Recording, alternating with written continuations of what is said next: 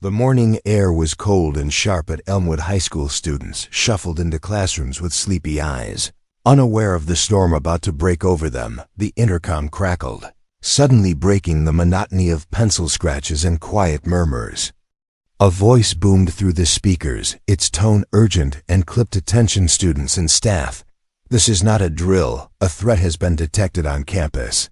Initiate immediate lockdown procedures. Emily Carter sat alone in her third period English class, her fingers tracing patterns on the desk. She had only transferred to Elmwood High 2 months ago, after leaving behind a trail of rumors and regret at her old school, where whispers followed her like shadows. She tried to focus on her notebook, but the announcement sent shivers crawling up her spine. Her phone buzzed once, then twice. She glanced down at the screen, expecting a text from her mom. Instead, an unknown number flashed across the display. You're next. It read simple, yet chilling. Emily stared at the words, her heart pounding louder than the footsteps echoing outside in the hallway. The teacher, Mrs. Anderson, hurriedly pushed desks against the door, muttering instructions under her breath. Stay quiet, stay calm, no one leaves until we hear otherwise. Emily clutched her phone tighter, debating whether to show the message to someone, anyone, but fear rooted her to her seat. What if they thought she was lying again, just like before? Minutes ticked by slowly, too slowly for comfort. Muffled voices drifted through the walls, some panicked, others angry. Then came the sound that froze everyone in place, glass shattering somewhere, far off but close enough to send adrenaline surging through their veins. Emily felt her breath hitch, her mind racing back to the fire, the one she couldn't forget, no matter how hard she tried. It had been an accident, really just a stupid prank, gone wrong at her old school, a flare lit during senior week, meant to scare people, not destroy anything. But the flames spread faster than anyone could react, swallowing half the building before firefighters arrived. Now here she was sitting in another classroom, wondering if history would repeat itself. A loud thud outside snapped her out of her thoughts. Footsteps, heavy and deliberate, moved closer to the door. Emily's classmates exchanged nervous glances. Mrs. Anderson held a finger to her lips, signaling silence. The doorknob rattled softly, then stopped altogether. For a moment everything seemed still. Then something slid beneath the gap in the door, landing near Emily's feet. She hesitated before reaching down to pick it up. A folded piece of paper, worn and crumpled, bore her name scrawled in jagged handwriting. I know what you did last summer, it said. Panic surged through her veins. This wasn't possible. No one here knew about the fire, no one except her mother, who swore she'd never tell. Yet someone had found out somehow. Someone inside these very walls knew her darkest secret. Before she could process the implications, the lights flickered once, then went out, plunging the room into darkness. Gasps erupted around her, followed by frantic whispers. Who turned off the power? Is someone out there? What's happening? Emily gripped the edge of her desk, knuckles white as snow. She strained her ears, listening for any sign of movement beyond the barricaded door. Silence stretched thin like a frayed rope. Then came a scream, piercing and raw, reverberating through the hallway. Everyone froze, including Emily. Time seemed to stop. Mrs. Anderson fumbled for her phone, trying desperately to call security, but the line remained dead. Emily's pulse thundered in her ears, drowning out all other sounds. Her grip tightened on the cryptic note as realization dawned. Whoever sent this wanted her to suffer, perhaps even more than she already had. Suddenly, the classroom door shook violently, as though someone was throwing their weight against it. The makeshift barricade groaned under the pressure. Emily scrambled backward, bumping into her classmates, who huddled together in wide-eyed terror. The door creaked ominously, each push bringing it closer to giving way. What do we do? Someone whispered, barely audible over the chaos. No one answered because no one knew. Just as the barrier began to splinter, Emily spotted a shadow looming outside the small window pane above the door. It loomed tall and distorted, watching, waiting. Then it vanished as quickly as it appeared, leaving behind an unsettling void. Mrs. Anderson shouted, "Stay away, whoever you are," her voice trembling with fear. But the response was immediate and guttural. "Leave no witnesses." That voice chilled Emily to her core, low and menacing, laced with malice. She recognized it, though she Couldn't place where from memories swirled in her mind fragments of faces and places, blurring together until clarity eluded her completely.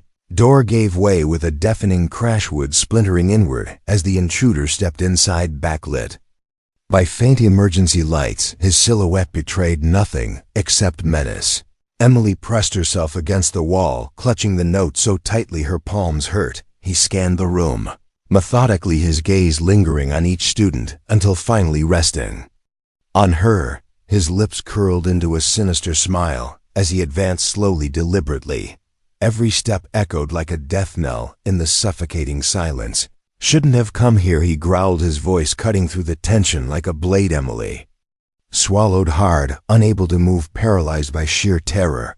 Why me? She managed to choke out, her voice barely above a whisper. Because you were chosen, he replied enigmatically. Before she could ask what he meant, the rest of the class lunged forward, desperate to overpower him. Chaos erupted, screams filled the air. Fists flew and furniture crashed. Emily seized the opportunity, slipping past the melee unnoticed. She ran blindly through the darkened corridors, her bare feet slapping against the cold tile floor.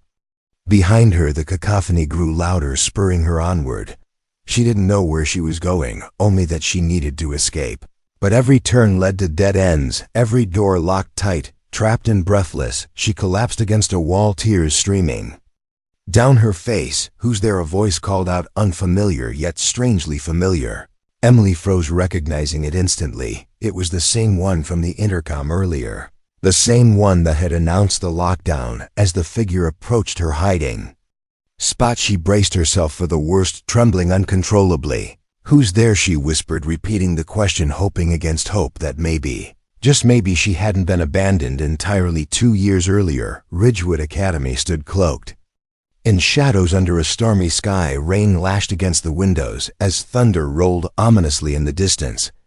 Marcus Green leaned back in his chair, smirking at his phone screen. His fingers tapped out a quick text to his friends.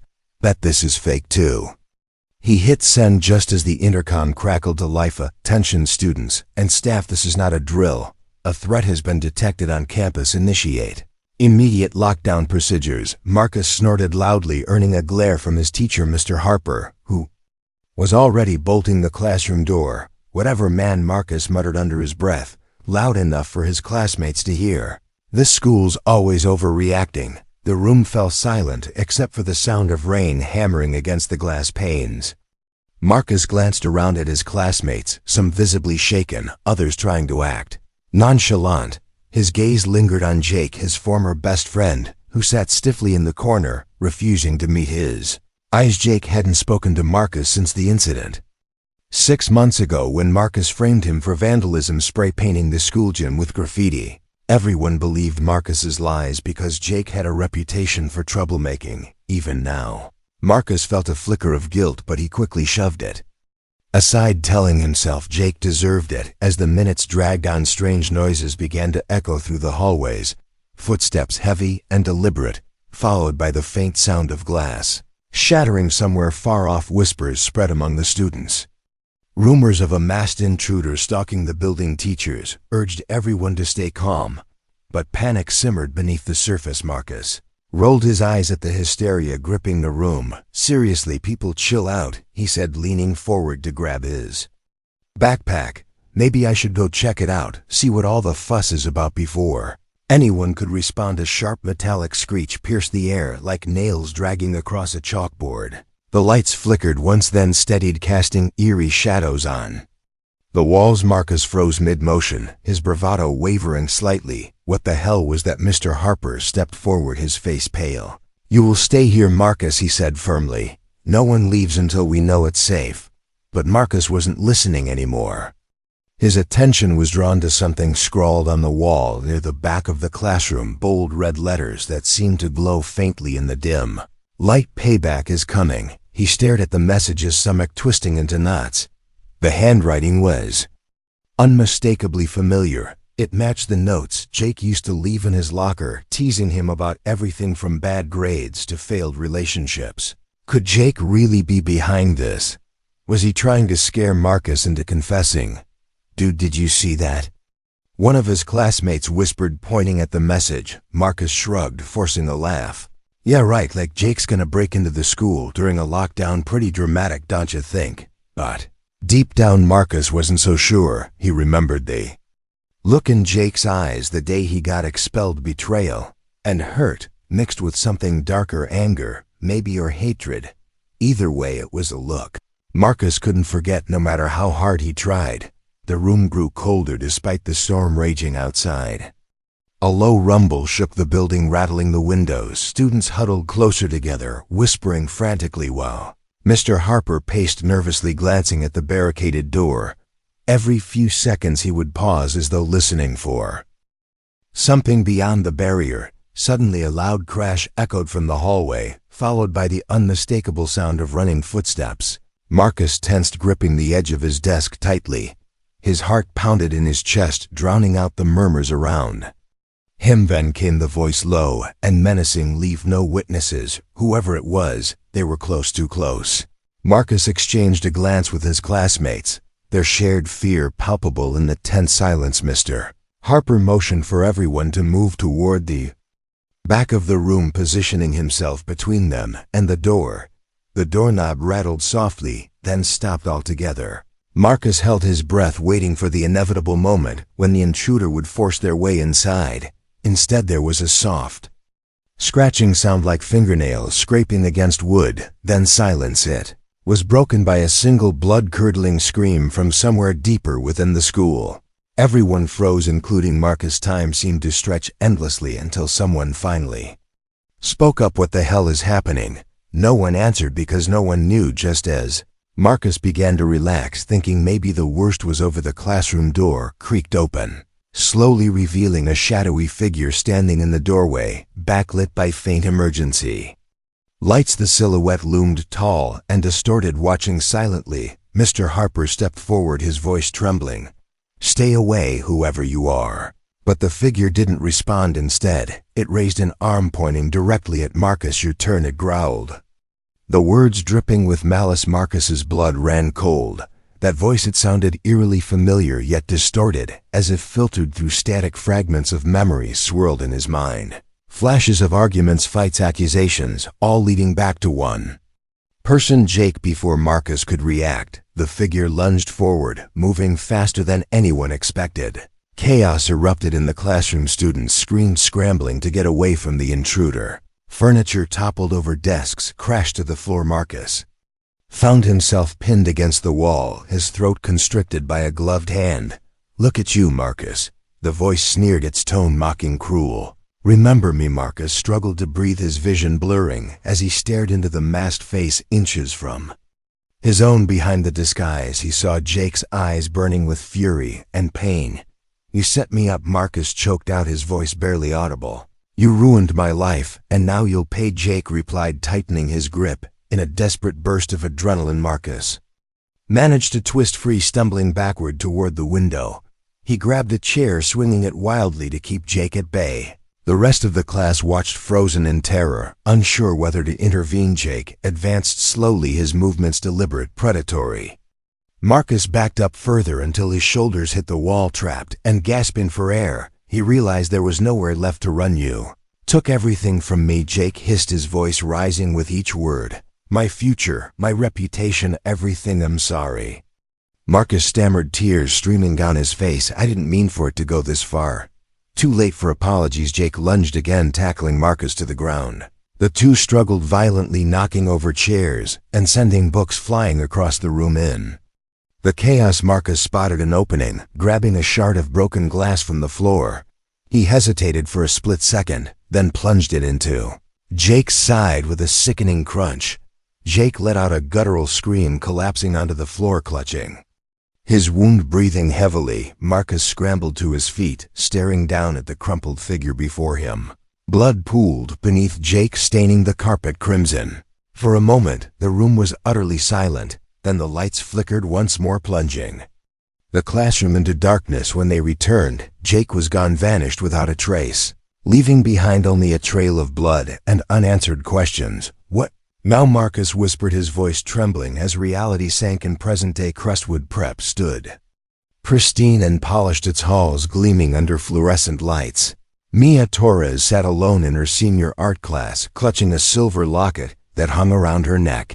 Inside it was a picture of her brother Alex, frozen forever in time, smiling brightly. Unaware of the tragedy that awaited him, 6 months had passed since the car accident that claimed his life, yet Mia still felt his absence like a gaping wound. She survived the crash unscathed, but guilt weighed heavily on her shoulders every day, tormenting her with questions she couldn't answer. Why did I live when he didn't? What could I have done differently? Intercom buzzed, shattering her thoughts. Attention students and staff, this is not a drill. A threat has been detected on campus.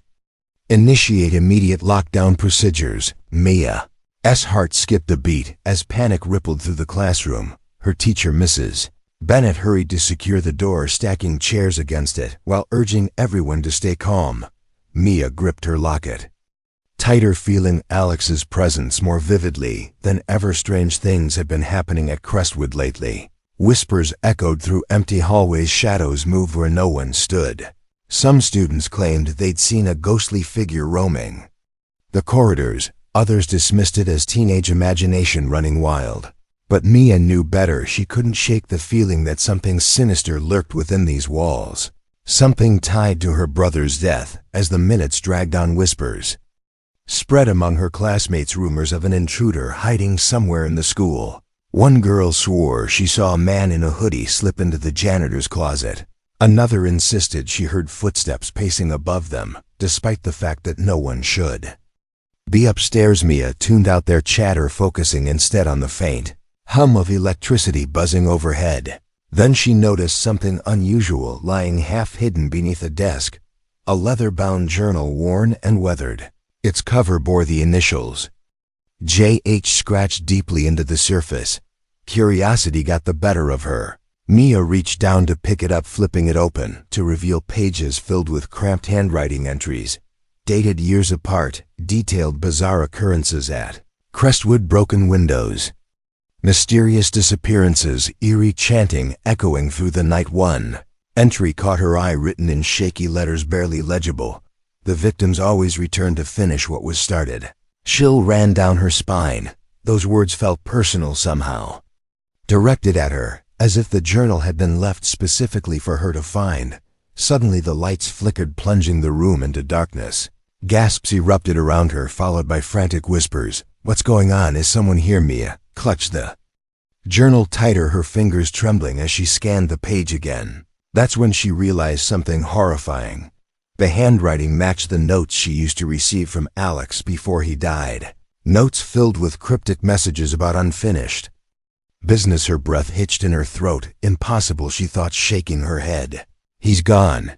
He can't be sending me anything. But deep down she wasn't so sure. Sound of footsteps approaching broke her train of thought. Slow, deliberate steps, echoing closer and closer until they stopped right outside the classroom door. Everyone froze, including Mia, their eyes locked onto the barricaded entrance, waiting for the inevitable moment when whoever was out there would force their way inside. Instead, there was silence, oppressive and suffocating.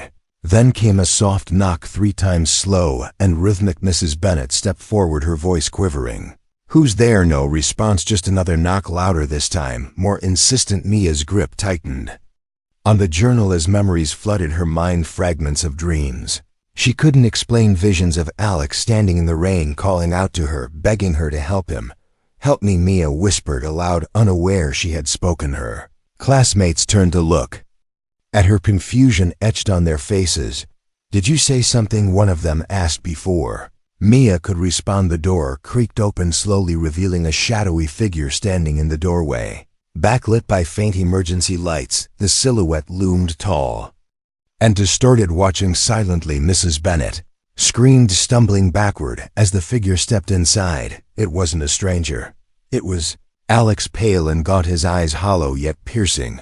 He held a knife in his hand, its blade glinting menacingly in the dim light. Mia stood rooted to the spot, unable to move or breathe. You're dead, she managed to choke out, her voice barely audible. Not anymore, Alex replied, his tone cold and detached. You left me to die. His words cut deeper than any blade could. Mia staggered backward, tears streaming down her face. "No, Alex, please, I didn't mean for it to happen." But Alex wasn't listening anymore. He advanced slowly, his movements deliberate, predatory. Mia backed up further until her shoulders hit the wall, trapped. And gasping for air, she realized there was nowhere left to run. "You promised you'd protect me, Alex," growled his voice, rising with each word. "You swore nothing would happen. I'm sorry." Mia stammered, clutching her locket desperately. "I didn't know." What else to do? Too late for apologies. Alex lunged forward, grabbing her wrist with unnatural strength. His grip was icy cold, sending shivers coursing through her body. "Let go of me," Mia pleaded, struggling to break free. But Alex wouldn't release her. Instead, he leaned closer, his breath hot against her ear. "It's time to make things right." In a desperate burst of adrenaline, Mia managed to twist free, stumbling toward the window. She grabbed a chair, swinging it wildly to keep Alex at bay. The rest of the class watched, frozen in terror, unsure whether to intervene. Alex advanced slowly, his movements deliberate, predatory. Mia backed up further until her shoulders hit the wall. Trapped and gasping for air, she realized there was nowhere left to run. "You took everything from me," Alex hissed, his voice rising with each word. "My future, my life, everything. I'm sorry." Mia stammered, tears streaming down her face. "I didn't mean for it to go this far." Too late for apologies. Alex lunged again, tackling Mia to the ground. The two struggled violently, knocking over chairs and sending books flying across the room. In the chaos, Mia spotted an opening, grabbing a shard of broken glass from the floor. She hesitated for a split second, then plunged it into Alex's side with a sickening crunch. Alex let out a guttural scream, collapsing onto the floor, clutching his wound, breathing heavily. Mia scrambled to her feet, staring down at the crumpled figure before her. Blood pooled beneath Alex, staining the carpet crimson. For a moment, the room was utterly silent. Then the lights flickered once more, plunging the classroom into darkness. When they returned, Alex was gone, vanished without a trace, leaving behind only a trail of blood and unanswered questions. "What now?" Mia whispered, her voice trembling as reality sank in. The storm raged outside as Emily, Marcus, and Mia found themselves standing together in the dimly lit basement of an abandoned building. They had been drawn here separately, each lured by cryptic messages promising answers to their darkest secrets. Now they faced one another, eyes wide with confusion and fear. "What are you doing here?" Emily asked, her voice trembling, breaking the heavy silence. "Same thing you are, probably," Marcus replied, his usual bravado replaced by unease. "I got a text saying I'd find out who's behind all this." Mia nodded, clutching her locket tightly. "Me too, but why us? What do we have in common?" Before anyone could answer, a low rumble shook the ground beneath their feet. Dust fell from the ceiling, coating their skin in a fine gray layer. The air grew colder despite the warmth of the storm. Above them, suddenly a faint glow illuminated the far corner of the room, revealing a stack of old documents bound together with frayed rope. Emily moved cautiously toward it, her heart pounding louder with each step. She reached out, pulling the topmost page free and holding it up for the others to see. It was a map detailing the locations of 3 schools: Elmwood High, Ridgewood Academy, and Crestwood Prep, each marked with a red X and surrounded by scribbled notes about past tragedies, fires, accidents, deaths. "Do you recognize these places?" Marcus asked, his voice barely above a whisper. Emily nodded slowly. "That's my school." "And yours too, right?" Mia confirmed it quietly. "Yes, and Marcus, your school is on there as well." As they studied the map further, they noticed something even more unsettling. Written in faded ink across the bottom was a single sentence: "These grounds are cursed." "Cursed?" Emily repeated the word, tasting its weight on her tongue. "What does that even mean?" Marcus grabbed another document, flipping through its pages until he froze. His hands trembled as he held up a photograph showing a group of people dressed in dark robes gathered around a bonfire. Their faces were obscured, but their postures radiated menace. "This has to be some kind of cult," Marcus muttered, his voice cracking slightly. "Look at this." Mia leaned closer, squinting at the image. Something about it felt eerily familiar. She pointed to one of the figures in the background. "That looks like someone I saw in my dreams." "Dreams?" Emily echoed incredulously. You've been dreaming about this. Not just me, Mia admitted softly. My brother Alex kept telling me about them in those notes he left me before he died. He said they wanted to finish what they started. Chill ran down Emily's spine as she remembered the fire at her old school, the one she accidentally caused. Could it really be connected to this cult? Wait a second, Marcus interjected, his eyes narrowed as he pieced things together. Remember how Jake came after me, accusing me of ruining his life? What if he wasn't acting alone? What if someone put him up to it? The thought hung in the air, thick and suffocating. Before anyone could respond, the sound of footsteps echoed through the basement. Slow, deliberate steps growing louder with each passing second. Someone's coming, Emily whispered, panic rising in her chest. They scrambled to hide behind crates and shadows, holding their breath. As the figure entered the room, a hooded man carrying a lantern stepped into the light. His face remained hidden beneath the folds of his robe, but his presence exuded authority. Welcome, children.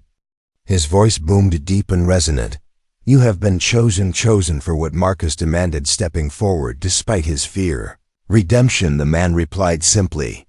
For completing the ritual that will grant us eternal power. Ritual, Emily repeated the words, sending shivers down her spine. Yes, the man continued, his tone almost gleeful. Decades ago, our ancestors performed a ceremony binding their souls to the land, ensuring prosperity for generations. But the spell was incomplete, requiring sacrifices. To awaken its true potential, sacrifices, Mia asked, her voice shaking uncontrollably. Your pain, your guilt, your secrets, he explained, gesturing toward each of them in turn.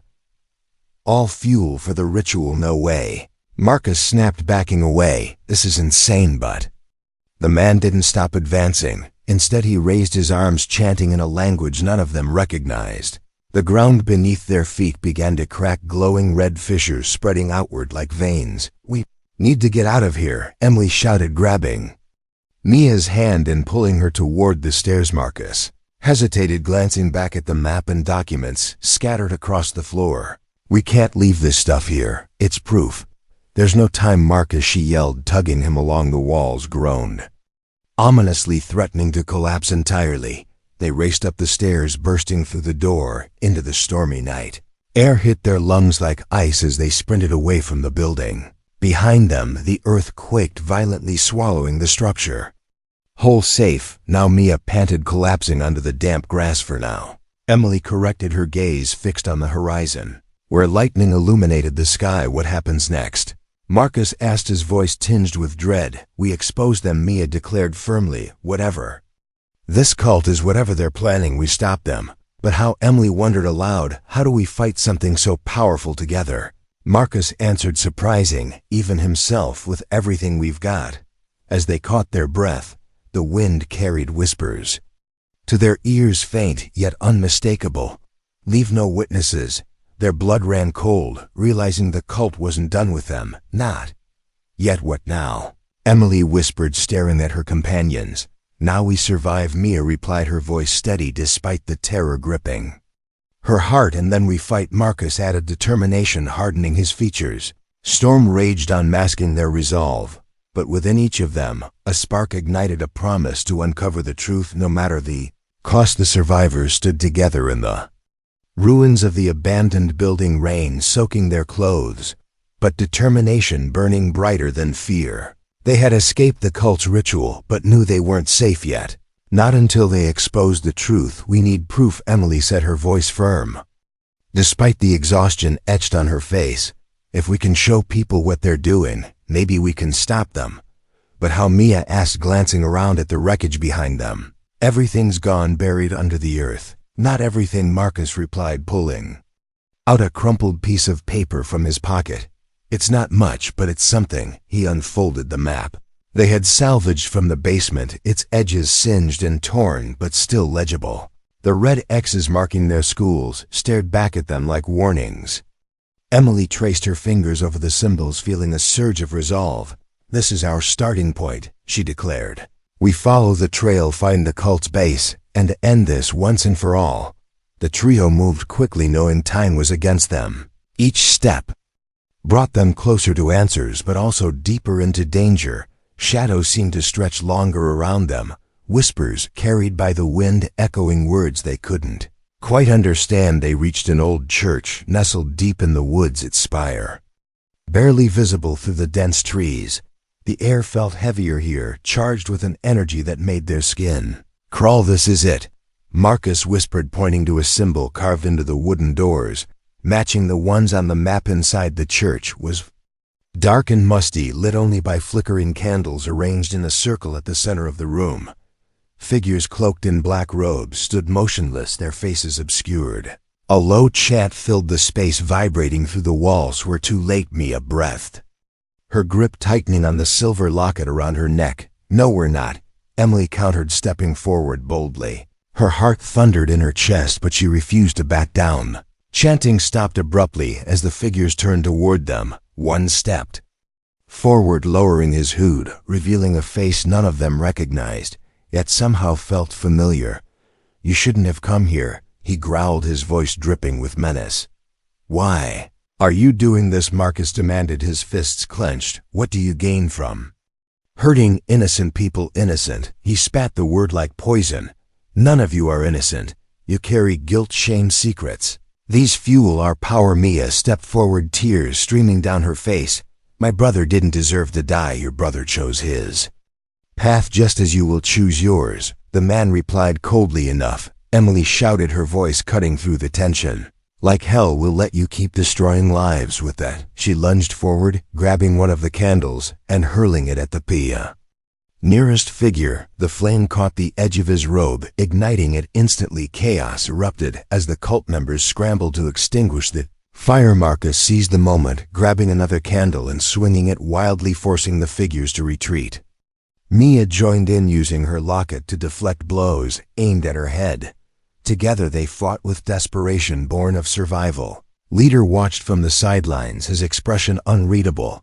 Then he raised his hands, chanting louder than before. The ground beneath them began to crack, glowing red fissures spreading outward like veins. "Stop him!" Emily yelled, charging toward the leader. But he was ready, sidestepping her attack and grabbing her wrist.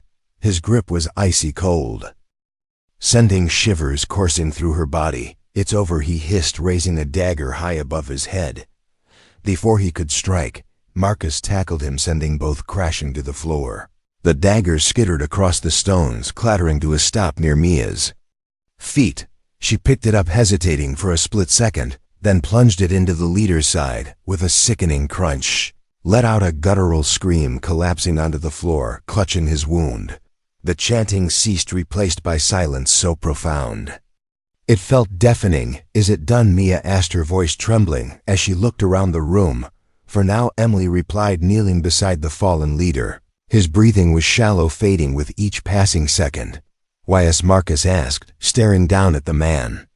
"Who are you really?" The leader chuckled weakly, blood trickling from the corner of his mouth. "We are the echoes of those who came before, bound to finish what was started. And now what happens?" Emily pressed her voice steady, despite the storm raging inside her. "Now you carry the burden," he whispered, his eyes closing for the final time. The trio stood frozen in the aftermath of their battle. The weight of what they had done settled heavily on their shoulders. "What do we do now?" Mia asked, breaking the silence. "We tell the truth," Emily answered firmly. "We expose everything, make sure no one else gets hurt." Together they gathered the remaining evidence, maps, documents, anything that could prove the cult's existence. As dawn broke, painting the sky in hues of gold and pink, they left the church behind, stepping into a world forever changed. Weeks later, the story broke headlines, screaming about the secret society operating beneath the surface of society. Schools were investigated, arrests made, and justice served slowly but surely. Emily sat alone in her room, staring at the sunrise filtering through her window. She thought about the fire, the guilt, the pain she had carried for so long, but now it felt lighter somehow. Sometimes losing everything is the only way to find who you really are, she murmured to herself. Marcus leaned against a park bench, watching kids play, their laughter filling the air. He thought about Jake and the lies he had told, but instead of regret he felt hope. Hope that Redemption was possible even after the worst mistakes. Mia walked through the cemetery, stopping in front of her brother's grave. She opened her locket, placing the small flower inside before closing it gently. "I won't forget you, Alex," she whispered, her voice soft but strong.